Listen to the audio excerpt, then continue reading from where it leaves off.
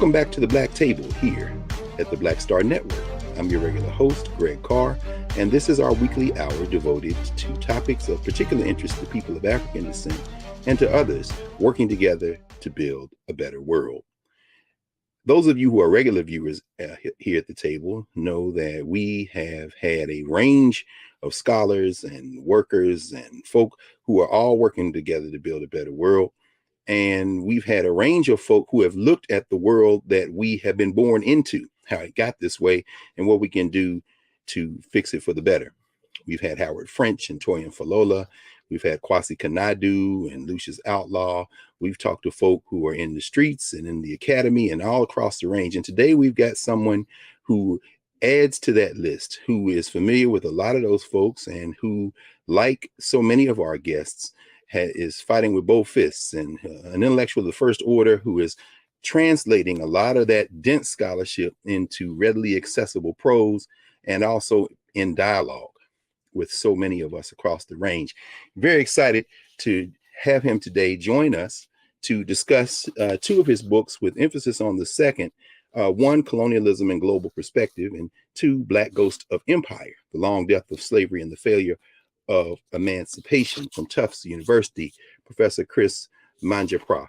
And he, or Manjapra, as I should say, he would be too polite not to correct, but glad to have him, a son of the Bahamas, a professor, as I said, Tufts University, an award-winning professor. In fact, he won the 2015 Emerging Scholar Award from Diverse Magazine. A brother who has been a fellow at the Berlin Institute for Advanced Study, the Radcliffe Institute for Advanced Study, and as we used to say in grad school, UCLA, or they call it the University of California at Los Angeles. Chris, it's good to have you here at the Black Table, brother. It's good to see you, brother. And thank you for this invitation. I really look forward to our conversation. With pleasure, with great pleasure. Listen, man, you I almost don't know which way to start, and maybe we'll get into the books in a few minutes, but both of the books that I mentioned start very powerfully in a very gripping fashion. You start in the museums, and of course the museum wars are hot in Colonialism and Global Perspective. But when you enter the conversation in Black Ghosts of Empire, it's really autobiographical in a way, and it reminds us all of a recent ancestor, someone who made a recent transition, our friend and brother Randall Robinson, for whom scholarship and his work was very personal. So if you don't mind this morning, man, for those who may not be familiar with you, give us a little bit of your background and autobiography. How did you come to where we are today? Yeah, sure. So, and the book begins on that note. I go back home in the beginning of the book, and my home is the island where I was born, Bahamas, Nassau, and my people come from the bigger island of the Bahamas, Andros, which also is the least populated. And, on the northern coast, there's a town called Mastic Point. That's where my family's from. And we know certain things and we don't know certain things, as many of us, obviously, who come out of the history of racial slavery and the ways that our people and our ancestors have transcended those conditions. That's what I was going back to at the beginning of this book on a return journey. I was looking for my fourth grandmother, my great-great-great-grandmother, who I learned her name only maybe 5 years ago. Her name was Lorena Woodside. And I go back to the village of Mastic Point looking for traces of her. And, I do find her there, but in a way that I wasn't expecting. And that's often how our ancestors speak to us. They speak to us, but not in the ways that we necessarily expect. Absolutely. I love the metaphor that forms part of the spine of the text, the question of ghosts and the holes, the whole metaphor, man. Could you explain a little bit? I was talking with my students about this the other day as I was reading your work. Yeah, ironically, it was in a hip hop class. So when we got to the ghost line, they were able to apply it between the so-called golden age of hip hop and today. It's like this ghost line. But could you give us the metaphor? What is it about these holes that are natural formations that you then seize upon as a metaphor, and maybe the metaphor of ghosts? How does that figure into your work? Yeah, that's great. Greg, I love those two questions in terms of the the two metaphors at the beginning of the book that I introduce. One of them, when I go to Mastic Point, there is this special formation that we have in some islands of the Bahamas. They exist in parts of Mexico, and they exist throughout the Caribbean. They're called blue holes, and these are these deep holes, in the limestone of the island, in the bedrock of the island, and they go down, down, down, sometimes for miles. And some of them also have these underground tunnels that lead out into the ocean. And so this, when you encounter a blue hole, they're these small pools, but they are miles deep, and it gives them a very otherworldly look. They look like these eyes, really, like looking at an iris, and you see the world, the sky, the forest. Andros is a forested island with pine trees. You see the forest, you see yourself looking into the hole, but you can't really see what's down there. You cannot perceive what's down there. So it's really quite mysterious and enigmatic. And that's an experience of finding this blue hole in Mastic Point, having spoken to a lot of folks in the village and in various villages looking for my grandmother, Ama Lorena, my fourth grandmother, Lorena, and not really finding the biographical information. People didn't remember her because she died before the oldest in these villages were born. And I was feeling this great sense of loss. Saidi Hartman has a book that begins called Lose Your Mother. So I was feeling that kind of loss of my mother's line.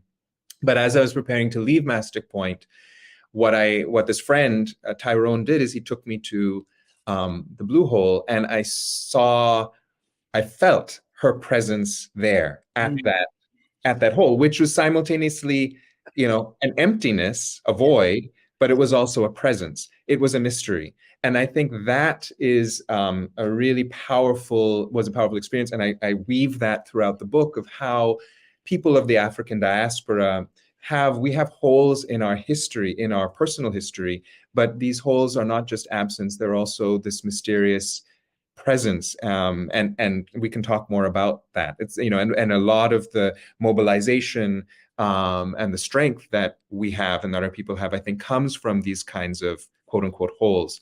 The second metaphor is ghost lining, which I connect to the holes in our history. But in these holes live various kinds of ghosts. And there's a different kind of ghost that I'm talking about when I talk about ghost lining. So we have red lining. Yes. We have the color line. We're used to thinking about what race does as drawing lines, right? What race does is it divides. It creates a division, segregation, apartheid. It's all about drawing a line.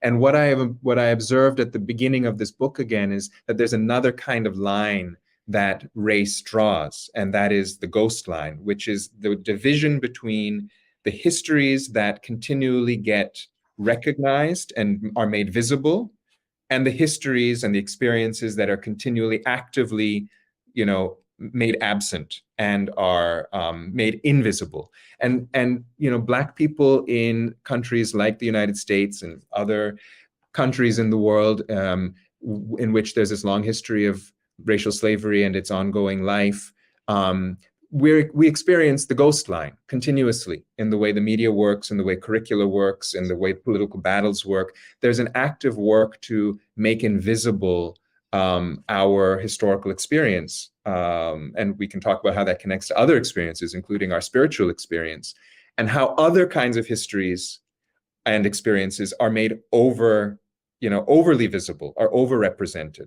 That's race at work. And it's just a dimension of how racial politics works that I think it's really useful and helpful to bring into view, right? It's a battle over our minds and our consciousness. That's what the ghost line is trying to draw, is trying to divide. Absolutely. I mean, it's one of the things I found very compelling about your work is that it is deeply spiritual. I mean, it has the rigor and the precision of the social sciences. You sprinkle the humanities as you were talking. Of course, you use James Baldwin, and you kind of close out with Baldwin a little bit in a poem, then tribute of Paul Robeson in Colonialism and Global Perspective. It's interesting because I remember, was it Baldwin that said that, love helps you recognize what you don't remember. And you talk about the solutions to this world we live in, this in Black Ghosts and Empire to end, when you talk about recreating sovereignties and social reciprocities with love at the center. And when you were describing the void, obviously in the Western sense, that might be received differently, but you complicate it in a way to say, no, I feel them here. And that search, particularly in Black Ghosts of Empire, and I know we'll get into it as you're talking about these folk, whether it be Ed Blyden or those Spelman missionaries or the great Martin Robeson Delaney. Very few people talk about Blake, so I want you to talk about, at least not enough people, I'll put it that way. All of this searching. But when we come back, man, I hope you can help us, perhaps with the first book, talk about these forces that we have been born into and how you help us think about them systemically, but also in terms of our resistance to them. And maybe before it's over, this conversation, you'll tell us a little bit about this center that the department that you helped found, Race, Colonialism, and Diaspora. Because if we're gonna get out of this mess, I suppose we're gonna need some rigorous thinking and some application of the thinking. So Chris, we're going to take a break. When we come back on the other side, maybe we can start with a little bit of colonialism and global perspective. You help us think through about how these systems formed and how we have resisted them. So we'll be back here at the Black Table with our friend Chris Manjapra here back in a moment.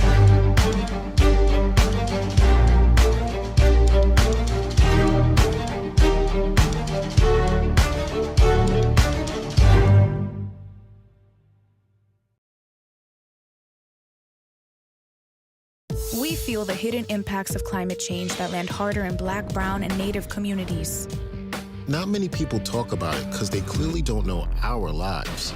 But with President Biden's landmark infrastructure and climate plans, our issues are finally seen. Removing lead pipes means we know our water is safe. Cutting carbon pollution helps our kids breathe easier. 1.5 million new jobs means stable work in communities. The impact we need. Right now.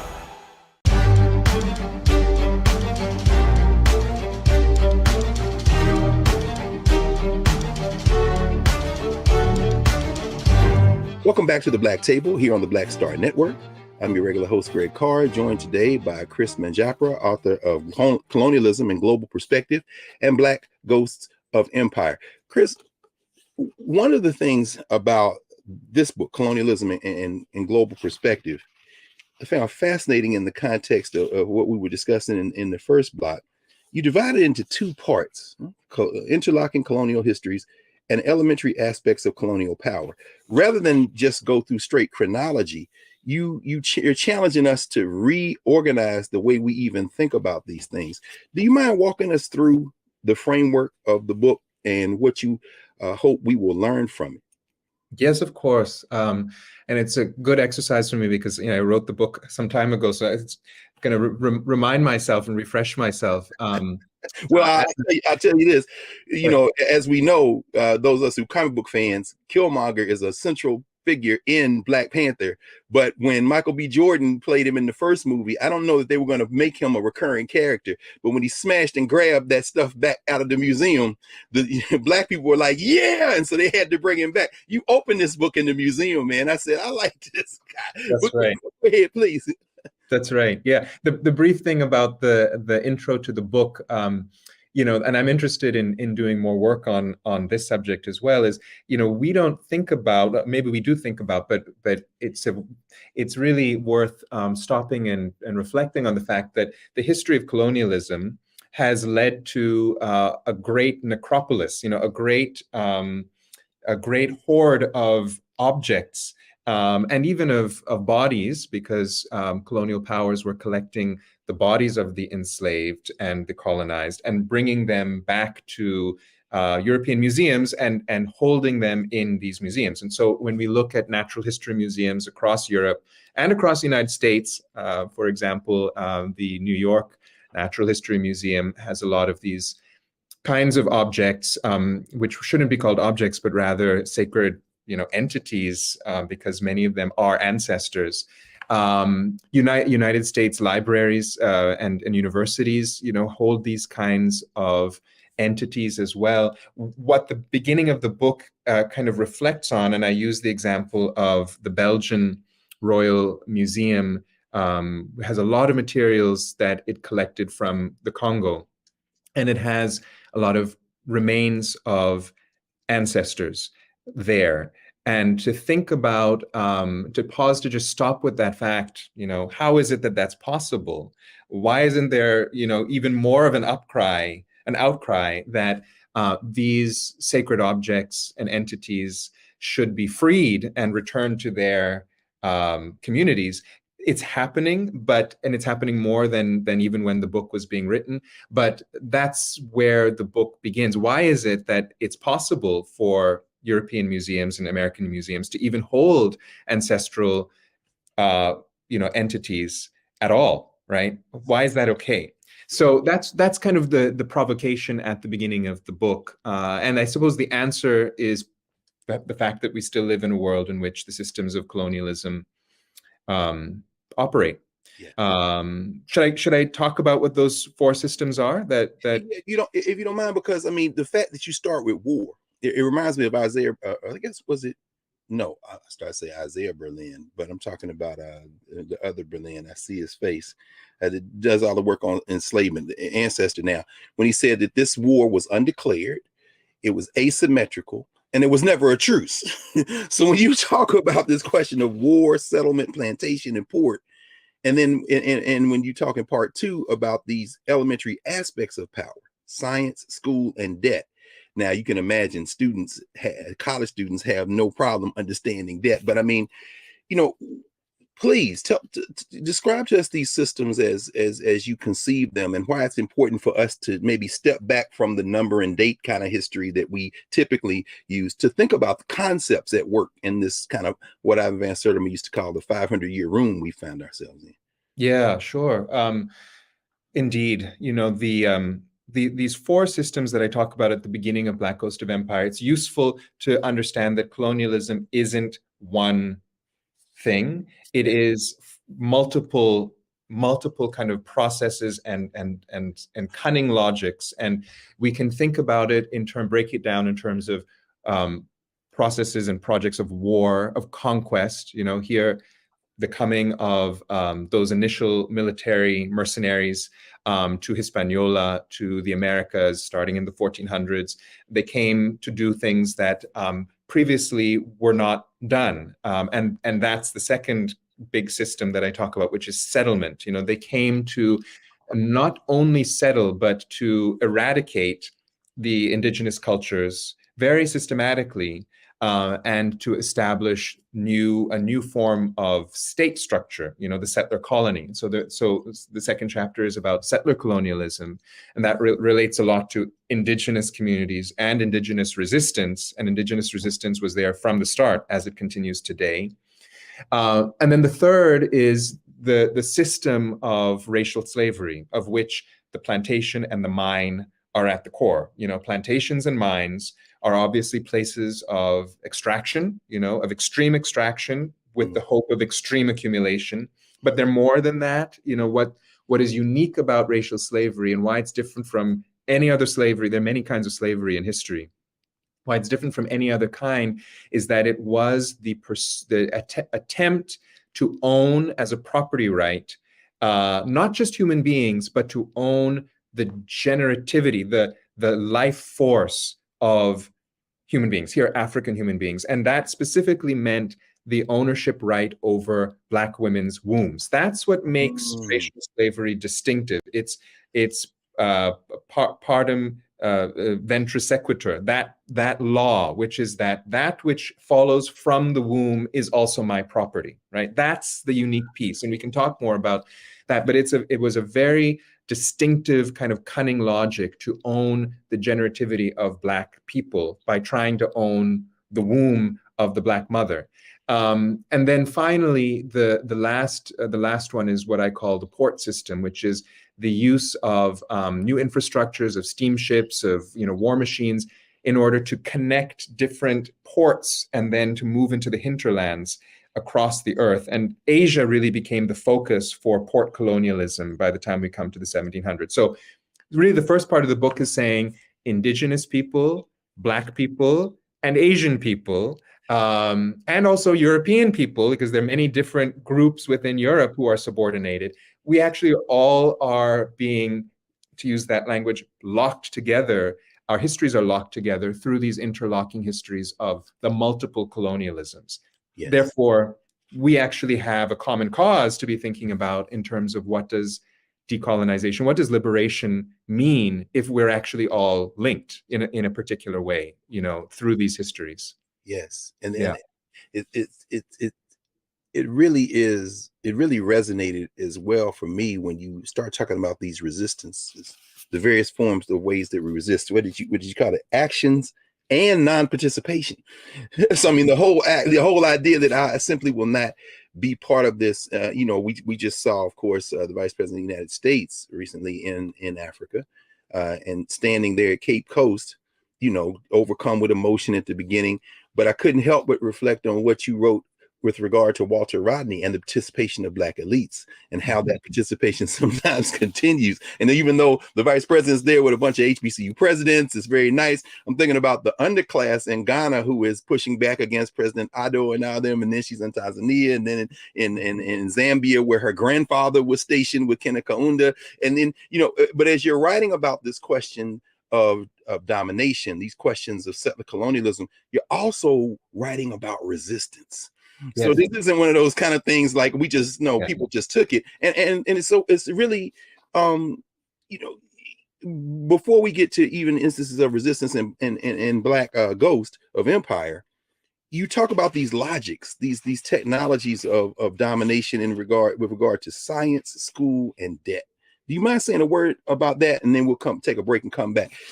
How do those three concepts operate in this field of perpetual violence and resistance that we find? So the brief answer to your question, if there's time in this segment, would be, science created ways of talking about the world that categorized and assigned people into places according to things like skin color or things like, what part of the world they were born in. It created a hierarchy of which white supremacy, was organizing, through which white supremacists were organizing the world. So there was a way that knowledge, that science is playing a role in racialization, and that helped the colonial project. Certainly debt is another example of, in other words, I think the key point here is that weapons that colonialism uses are not always going to be the gun and the spear, right? They're going to be other kinds of weapons. And one of the key weapons is debt, to make certain groups of people, racialized groups, to make them holders of burdens of debt, thereby makes them indebted. And if they're indebted, then they are subjected and subordinated, and they become more open to criminalization. So debt is an invention that actually serves the colonial project. And we could think about schools and curricula as another kind of invention that has served colonial. Think about the way we teach history, right? So yes. Colonialism is cunning, and it has a lot of different tricks up its sleeve. But guess what? I mean, the colonized people have a lot of tricks up their sleeve too. I think that's really important to emphasize. This is not a one-sided story. Absolutely. Listen, man, let me apologize, Chris, in advance, because those of you, and I encourage everyone to get both books, but particularly the one we've been talking about so far, mostly Colonialism and Global Perspective, Cambridge University Press. There are a lot of our viewers who have gone out and purchased these texts, and please forgive me for you doing a ruthless synthesizing of the main points in an academic text in about. Believe me, as a historian, I love it, because it means people in a little classroom might hear about the material, right? So I'm happy. I'm Okay, happy. good, very good, because that is our objective, brother. We want everybody, we want Cambridge to be like, where are these orders coming from? So, But so everybody out there who's listening knows what you can do. You just go ahead, get on the website, order the book. Yeah. Absolutely. So when we come back, we're going to get more heavily into Black Ghost of Empire, so we can talk about these resistances that you literally weave throughout this text. So we'll be back with Brother Chris Manjapra, author of both these texts, in a moment here at the Black Table.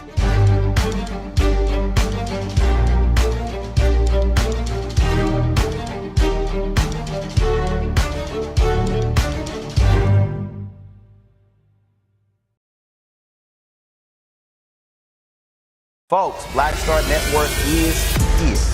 Oh, no punches! I'm real revolutionary right now. Support this man, Black Media. He makes sure that our stories are told. Thank you for being the voice of Black America, Roland. Stay black. I love y'all. All momentum we have now, we have to keep this going. The video looks phenomenal. See, this difference between Black Star Network and Black-owned media and something like CNN. You can't be Black-owned media and be scared. It's time to be smart. Bring your eyeballs home. You dig?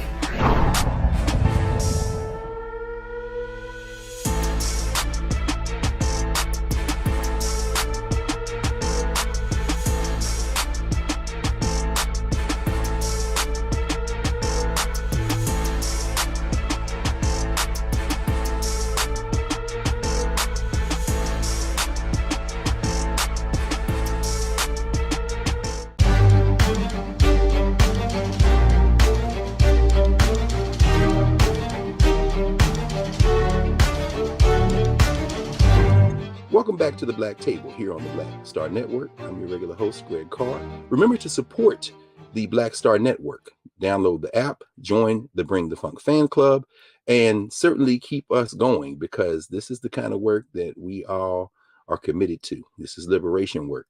We're back with our friend and brother, Chris Manjapra, author of Black Ghost of Empire and Colonialism in Global Perspective. Chris, in Black Ghost of Empire, and, obviously, you are a well-heeled academic, published a number of things. And then this book kind of more broad audience, perhaps you might think.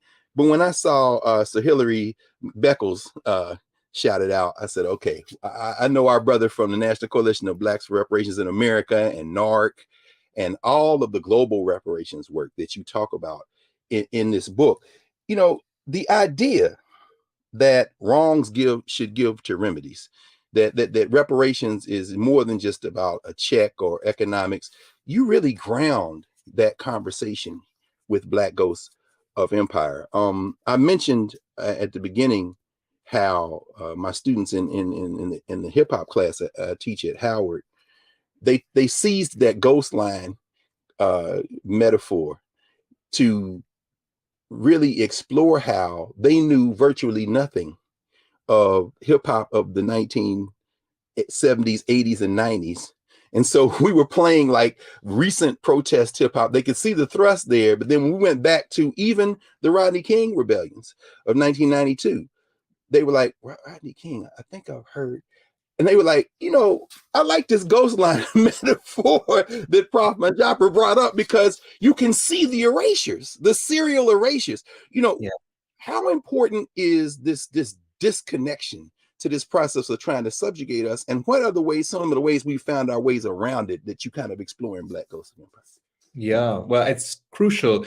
We were just talking in the last segment about these different strategies of colonialism. This is another one of them, right? The ghostlining is a strategy of colonialism, is erasure and trying to erase our even proximate and distant, history, and especially the history of freedom fighters and folks who have long been working for liberation. So one of the key goals that I had in writing Black Ghost of Empire, which is the story about a chain of emancipations. We think of emancipation as like once in time, but there were many, many emancipations. There were, actually more than 100 different emancipations that took place from the 1770s all the way to the 1920s.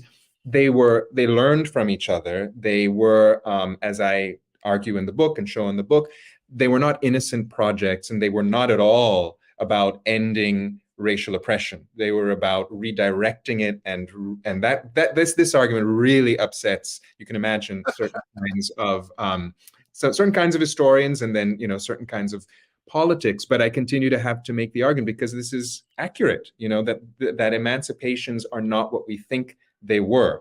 On the other hand, it is also the case that Black communities from the beginning always had an idea of what we called self-emancipation, what we also called liberation. And the book is also about what these different kinds and projects of liberation look like.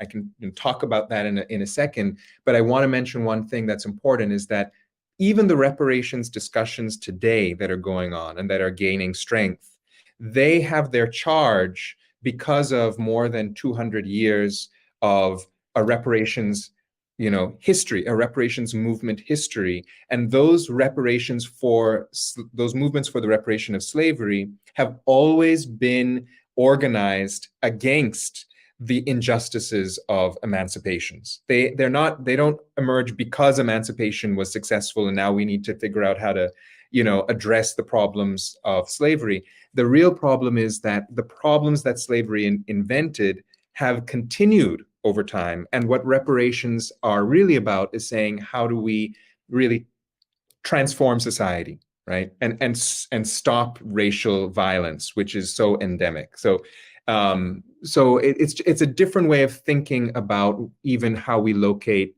our reparations discussions today and how deeply historical these are. These are built on 200 years at least of activism by our ancestors. Absolutely. And particularly when you delve in chapter 5, from Civil War to Dirty War Against Black Lives, you call the roll, man. I mean, the ancestors, whether it be Callie House and Queen Mother Moore. I mean, I had the pleasure of knowing Queen Mother Moore a little bit. So, from my early days when I was a youngster, man, when you evoke those ancestors, not enough people are raising them and building that connection.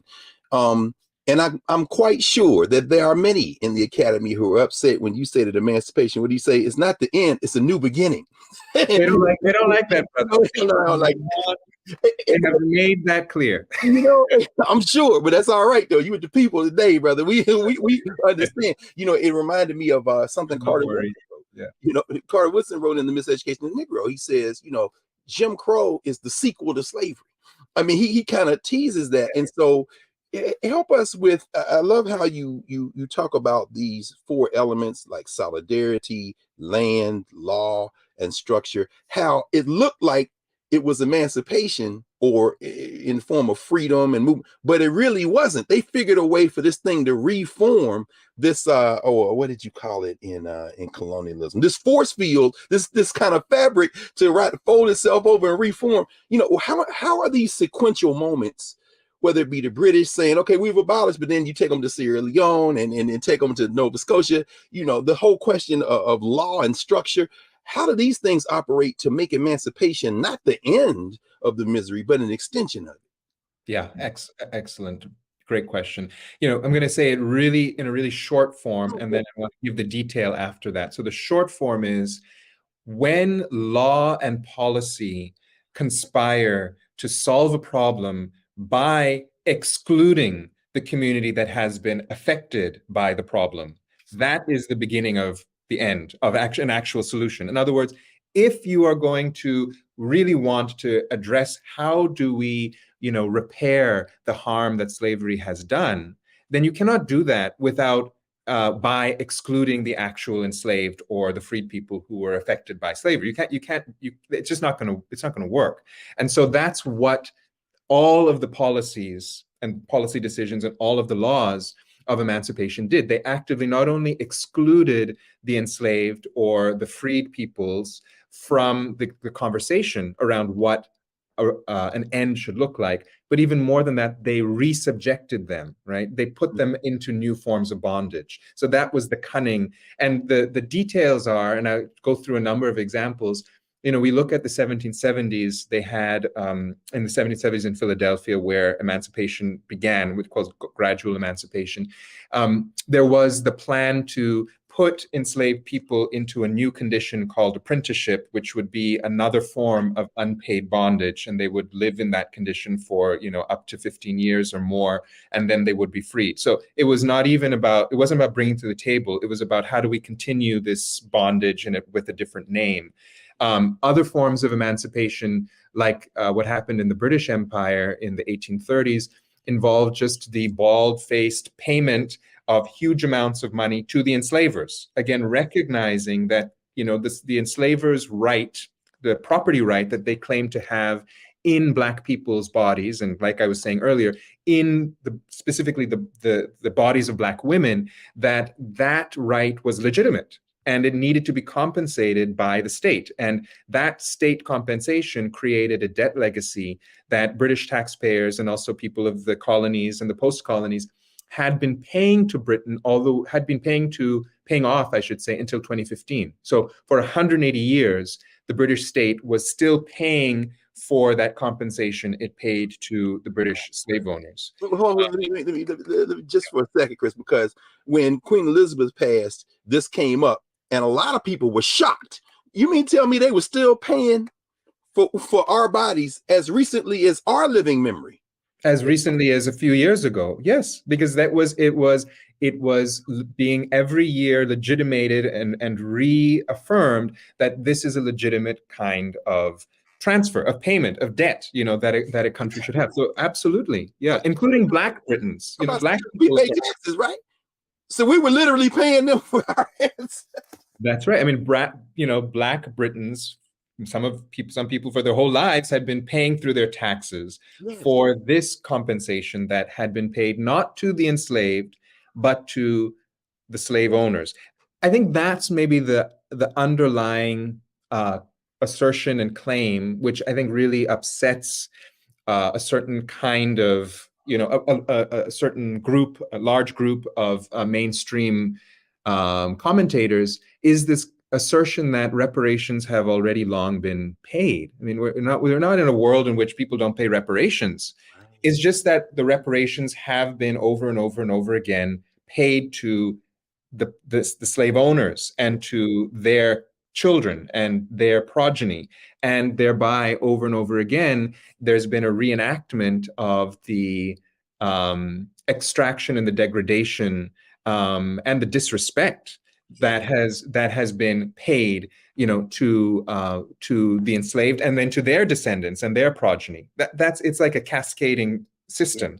Yeah. And let's not forget the role under Jim Crow that extra legal forms of violence played in this. For example, all of the lynching campaigns, the white capping campaigns, the informal ways that Black people in the South, in the North know of forms of Jim Crow exclusion, but also the criminal legal system, right? And the role that criminal legal systems played and play today in paying a certain kind of advantage forward to white communities, and thereby also disinvesting and harming Black communities through the way that racial law works. So these systems continue, but not always.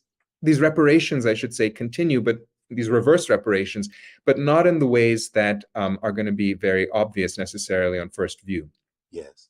I tell you what, why don't we pause here and so we'll have a little more time when we come back, because the fact that, and you're right, that anti-Blackness and certainly this form of whiteness that enacts these kind of violences has never been recognized as a crime against humanity.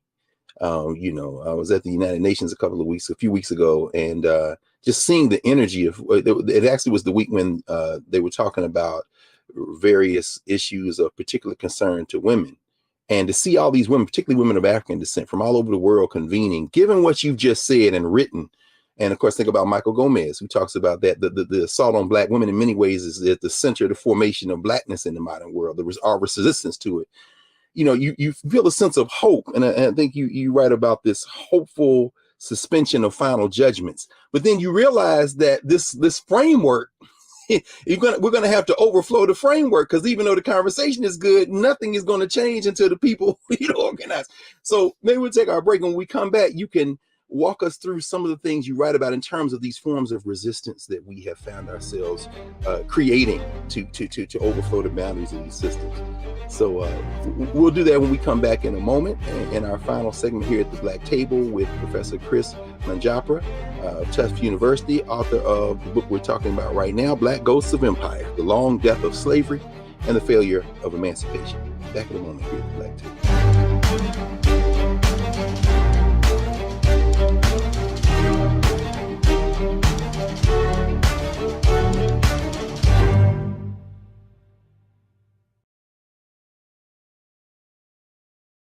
Don't you think it's time to get wealthy?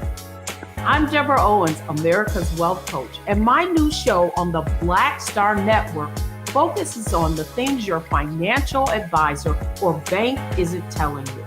So watch Get Wealthy on the Black Star Network.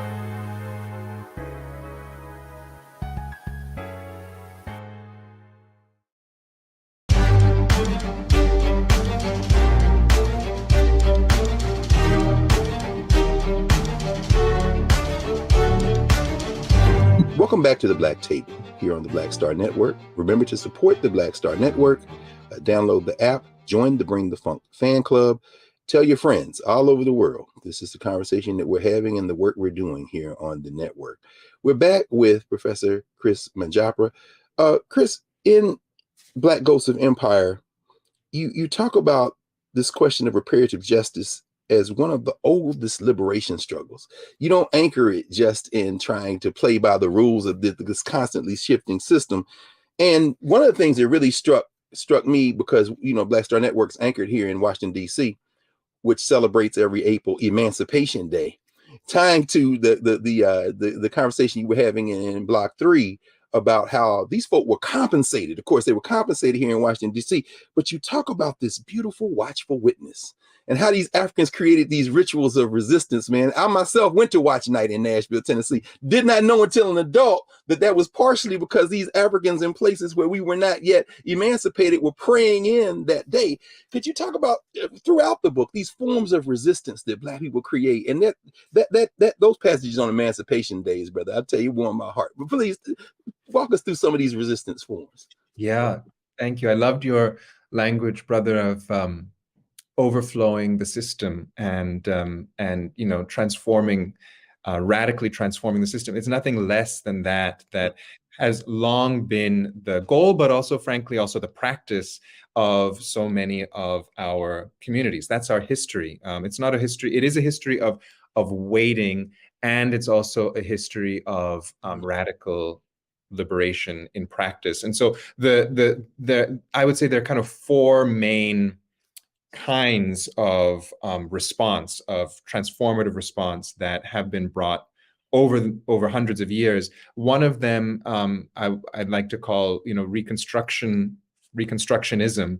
And we know that there was, you know, a period of Reconstruction in U.S. history, but throughout time, going all the way back to the time when when abolitions first started, Black communities were involved in many forms of Reconstructionism. I'll give you one concrete example, which is that in places like Guyana, in places like Antigua and in Jamaica, when slavery was in the process of ending, Black communities fled, as they had long fled, you know, through being marooning out of the plantations, but they fled to new collective lands, where they then created new settlements. And these were called the freedom villages, the free villages, in which they were restructuring, you know, politics and society in a way that meant liberation to them. So they weren't just waiting, they were creating through these freedom villages. Another example would be Pan-Africanism. It's another liberation invention that when Black communities thought about their liberation and started enacting it, they always did it in a Pan-Africanist way. You know, I love the invitation that Brother Greg gave me to talk about Blake. One concrete example in this novel by Martin Delany, which I love, is how, you know, Delany has this plot of Black folk across Cuba and the American South and the American North, and the west coast of Africa, all who had been affected by slavery at the time in which slavery is still in existence. There is this large-scale revolt that begins. And all of these Black communities, they all reconverge to this new place called Africa, which is located, he in his imagination locates in Cuba. And he says they're creating a new world. This is Wakanda in a certain sense. And it's a real thing. Was a real and is a real project of the Pan-African power that we have in our diaspora. And I'll give you one more example, which is very salient. Here I want to invoke another one of our great ancestors, Fannie Lou Hamer, and the Freedom Farms, and that movement to create on collective land, create collective benefit, through the pig farms, through the pig banks, and through the food banks, and through these collective modes of sharing the bounty of the earth.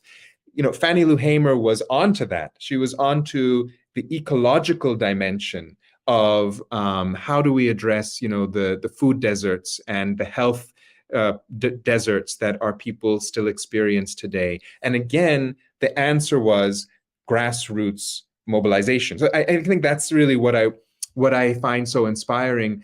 The state is, it has its limits, and our people have long been involved. Think of again Reconstruction and how important the pouring in of Black politicians into the government were. It continues today in important ways.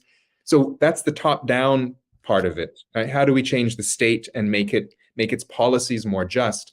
Yes. But the bottom-up part of it is really where the inspiration is, which is our communities have not waited. We've just gone out and created these, transformed liberation spaces. And that's reparations too. That's part of the reparations discussion. That's part of our history.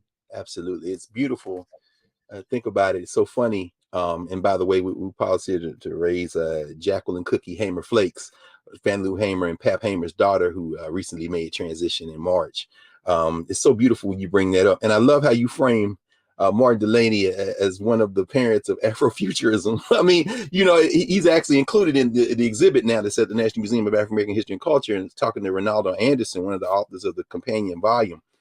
And so it always like, okay, we read Frederick Douglass, sure, we read Harriet Jacobs, but Blake, it seems to me like Blake is the one that the children would love. This guy, Block, is no joke, man. So right. It's like you go watch Black Panther and then you got to read Blake, right? Because he's there. No problem. So I'm sure he's on that wave. Yeah. Taking notes. Go get Blake or the Huts of America, y'all.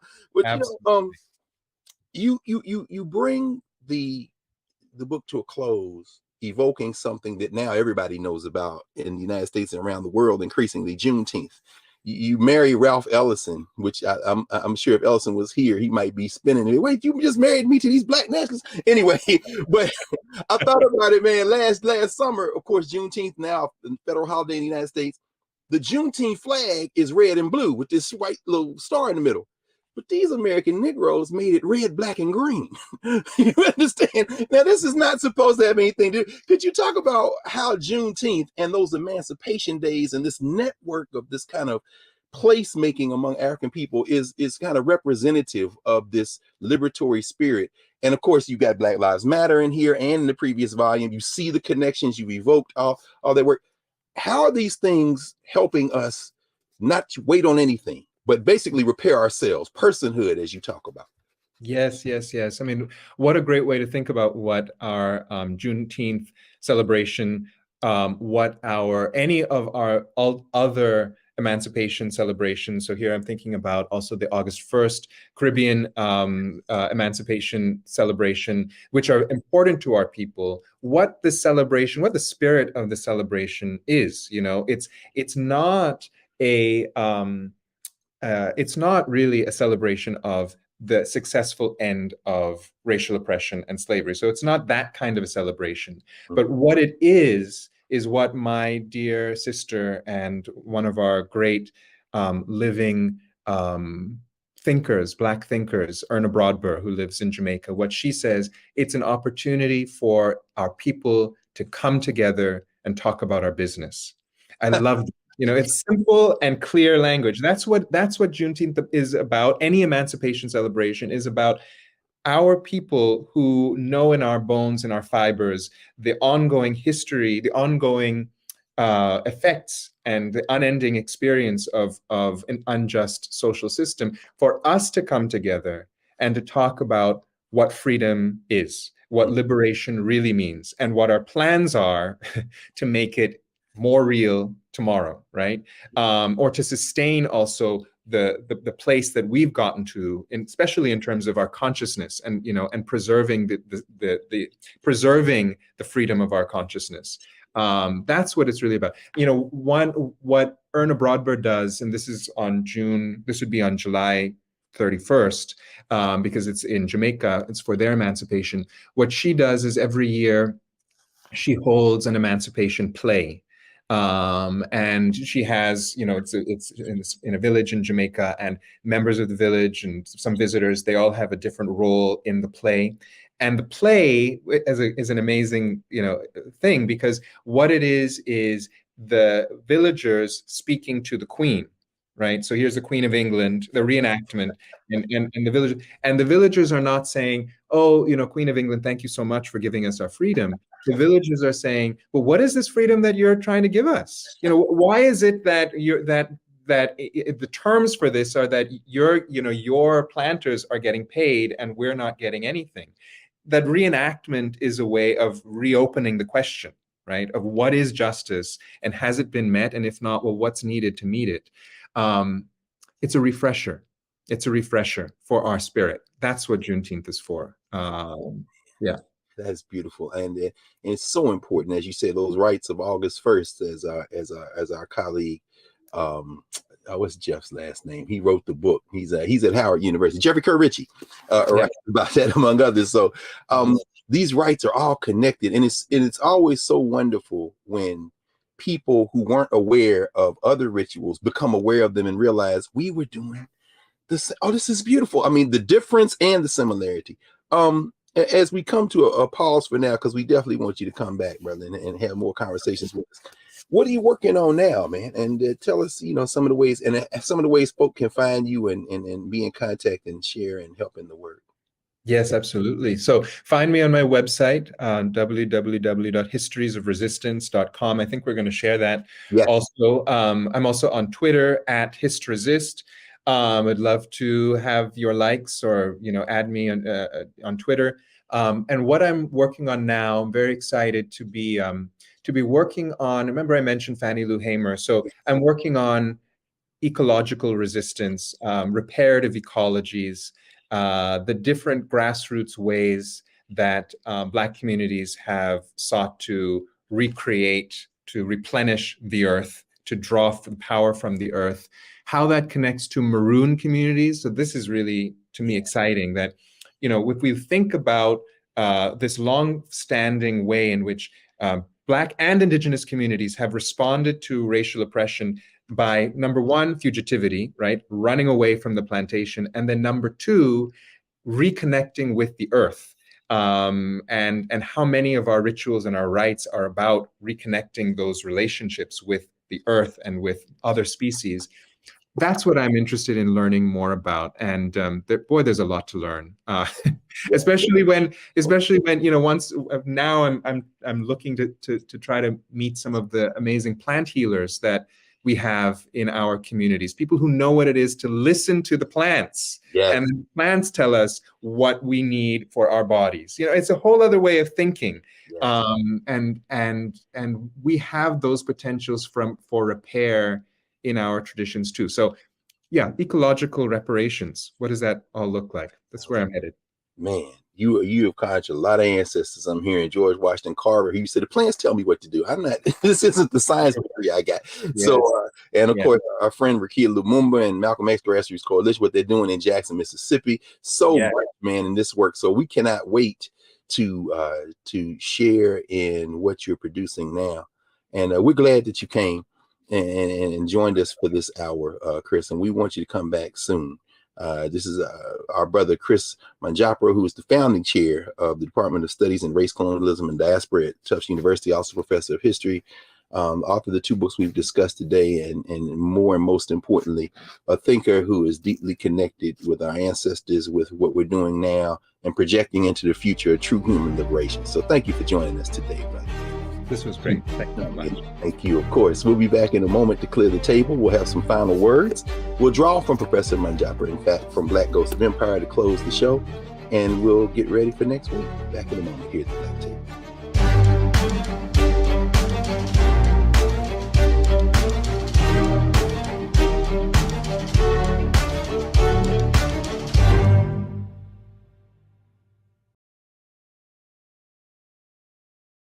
Hatred on the streets, a horrific scene, a white nationalist rally that descended into deadly violence. White people are losing their damn minds. As an angry pro-Trump mob storms the U.S. Capitol, we've seen We're about to see the rise of what I call white minority resistance. We have seen white folks in this country who simply cannot tolerate black folks voting. I think what we're seeing is the inevitable result of violent denial. This is part of American history. Every time that people of color have made progress, whether real or symbolic, there has been what Carol Anderson at Emory University calls white rage as a backlash. This is the rise of the Proud Boys and the Boogaloo Boys. America, there's going to be more of this. Here's all the Proud Boys, guys. This country is getting increasingly racist in its behaviors and its attitudes because of the fear of white people. The fear that they're taking our jobs, they're taking our resources, they're taking our women. This is white fear.